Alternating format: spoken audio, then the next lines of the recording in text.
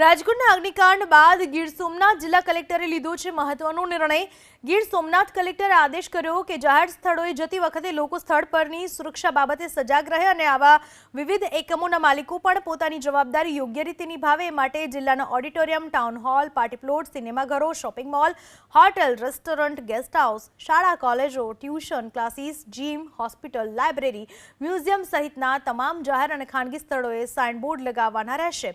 આ સાઇનબોર્ડમાં ફાયર સેફ્ટીનું પ્રમાણપત્ર, ફાયર સેફ્ટીનો લેઆઉટ પ્લાન, બીયુ પરમિશન, હંગામી સ્ટ્રક્ચરના કેસમાં સ્ટ્રક્ચર સ્ટેબિલિટીનો રિપોર્ટ, લિફ્ટના ઉપયોગના લાયસન્સ સહિતનાનું નિયત નમૂનાનું પ્રમાણપત્ર રાખવાનું રહેશે।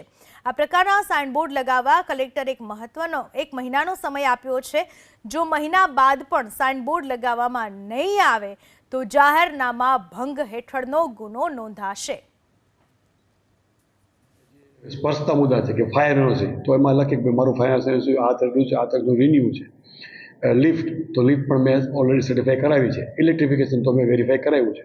સીસીટીવી તો મેં લખેલા છે અને વિકાસ પર અંગે લીધે છે અને બિલ્ડિંગ યુઝ પરમિશન પણ અમે લીધે છે। એ આ કોઈને ડિસ્પ્લે કરવાનું રહેશે, લોકો જોઈ શકે એવી જગ્યાએ એને ડિસ્પ્લે કરવાનું રહેશે, જેથી જે પ્રજા જે જાય છે એને ખબર પડે કે ભાઈ આ હું જે જગ્યાએ જાય છે એ જગ્યા સેફ છે અને કોઈ અકસ્માત કે એવું બનવાની શક્યતાઓ નહીવત છે। એટલા માટે આ જાહેરનામું આપણે બહાર પાડીએ।